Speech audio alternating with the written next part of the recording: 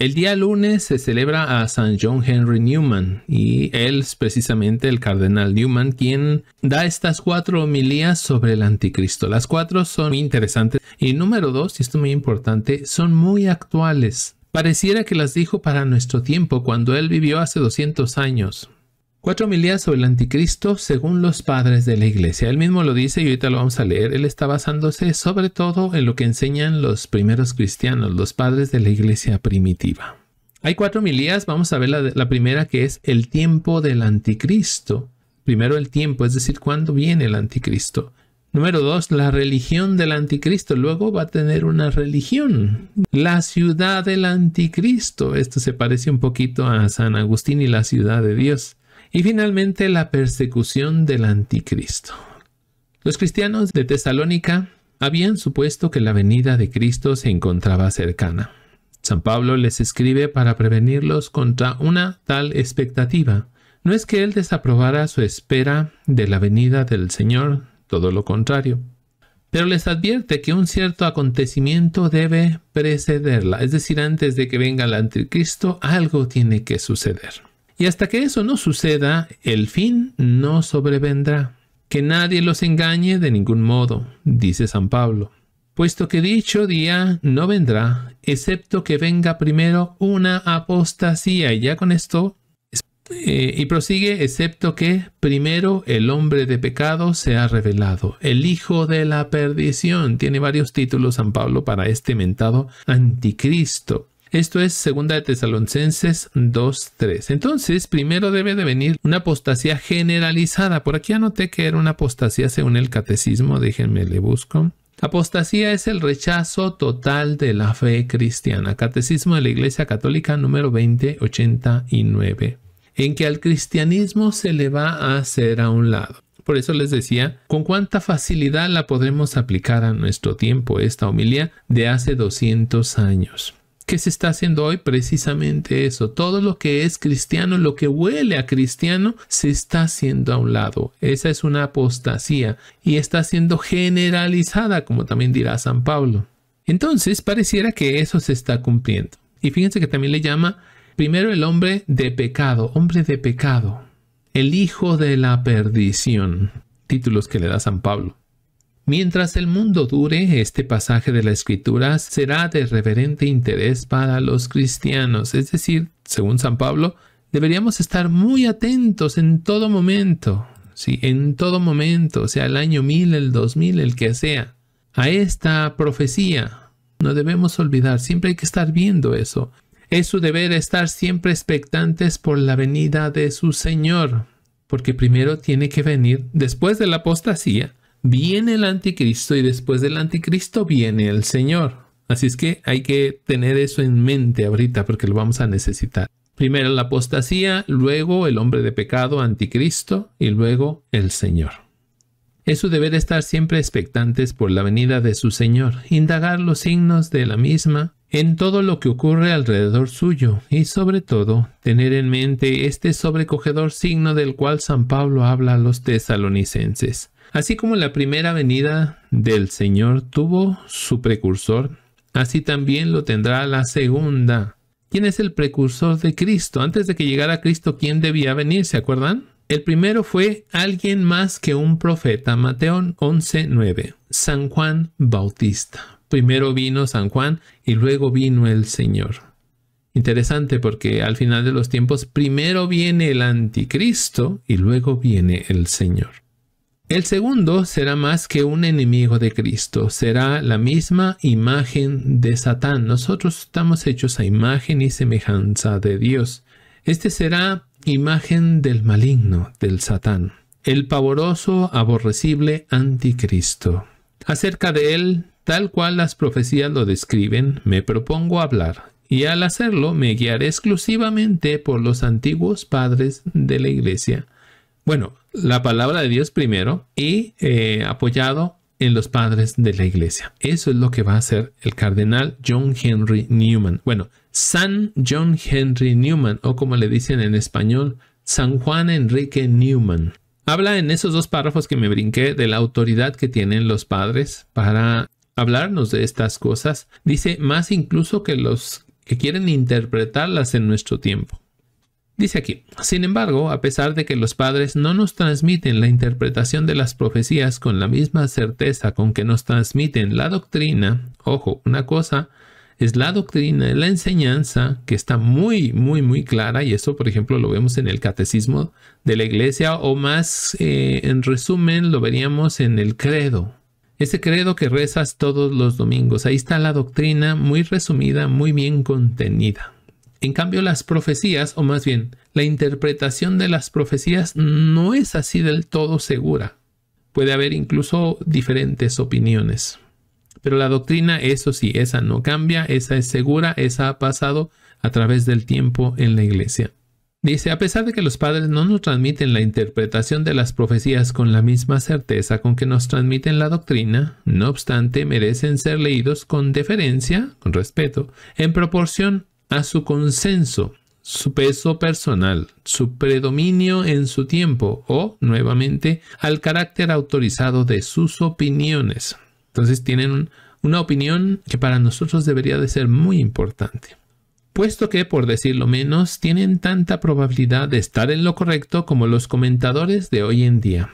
Hoy sigue habiendo intérpretes, por ejemplo, se habla aquí en esto del catejón, y los padres tenían una interpretación de quién es el catejón. El rato vamos a hablar de él. Interesante porque en nuestros días se tienen muchas interpretaciones de quién es el catejón. Yo creo que lo que dijeron los padres es lo más correcto. Dice pues, puesto que, por decirlo menos, tienen tanta probabilidad de estar en lo correcto como los comentadores de hoy en día. Y en algunos respectos más todavía, puesto que la interpretación de las profecías se ha convertido en estos tiempos en materia de controversias y de toma de partido. Este comentario de hace 200 años pareciera que es un comentario del día de hoy. Dice él que son materia de controversias y de toma de partido. Es que yo soy de acá, yo soy de estos, tú eres de aquellos, o como dirá la Biblia, ¿no? Yo soy de Pablo, yo soy de Cefas, ¿sí? Cada quien hace su partido, sus divisiones. La pasión y el prejuicio han interferido tanto con la rectitud de juicio que es difícil decir quién es confiable en su interpretación, o inclusive si un simple cristiano no sería tan buen expositor como aquellos que han asumido el oficio. Hay tantas profecías y tantas interpretaciones que se vuelve difícil saber quién tiene la verdad. Por eso dice el cardenal, bueno, nos vamos a los padres de la iglesia. Vuelvo a la pericopa en cuestión, la que examinaré utilizando argumentos tomados de la Escritura, sin preocuparme de estar de acuerdo con los comentadores modernos de hace 200 años. Ya no hablemos de los de hoy, ¿eh? Es decir, en cierto sentido, y esta es mi opinión, como que lo que interpretan los comentadores de su época, los intérpretes de su época, él les llama modernos, a él no le gusta, no le parece correcto. Y como ya lo dijo, son temas de división, de crear diferentes partidos, tomar partido, uno para un lado y otro para otro. Por eso se va a los padres de la iglesia. Ni de decir en qué difiero de ellos, no se va a meter en eso, con ellos no se va a meter, se va a ir hasta los primeros cristianos. Dice así, aquel día no vendrá si no viene primero la apostasía. Segunda de Tesalonicenses 2:3. Aquí se nos dice que la señal de la segunda venida es una cierta y terrible apostasía. Antes de la segunda venida de Cristo, antes de la venida del anticristo, hay una cierta, y fíjense cómo le llama, y terrible apostasía.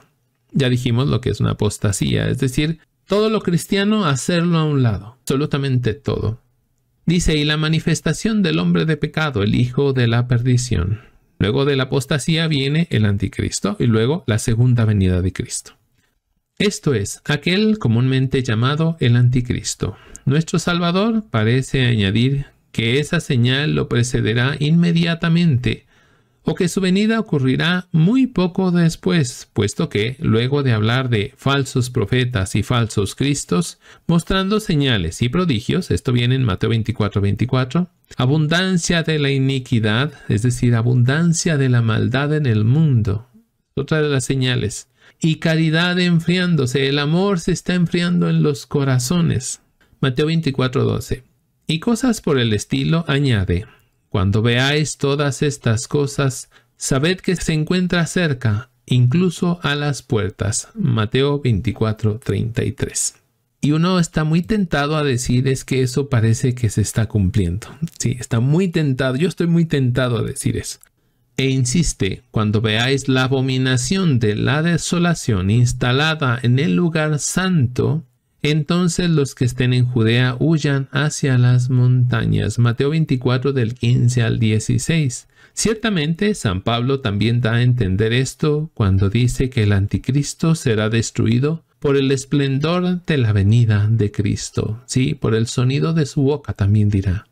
Si vivíamos en una sociedad cristiana, en un mundo cristiano prácticamente, antes de que llegue el anticristo, todo el cristianismo va a ser echado fuera. Va a ser expulsado, va a ser rechazado, va a ser negado.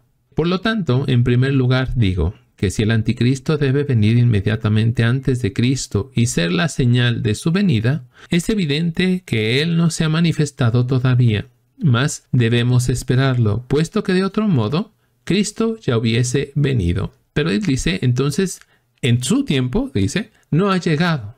Sí, no ha llegado, no se ha cumplido esto, sino si ya se hubiera cumplido, entonces Cristo también ya hubiera venido. Y como no ha llegado, es que todavía tampoco llega el anticristo. Más aún parece que la tiranía del anticristo durará 3 años y medio. Y esto es consenso entre los intérpretes de todos los tiempos. O como la escritura lo expresa, un tiempo y tiempos y la mitad de un tiempo. O Daniel 7:25 y 12:7. O 42 meses. Apocalipsis 13:5. Entonces, si son 42 meses, son 3 años y medio. Eso es lo que va a durar el anticristo.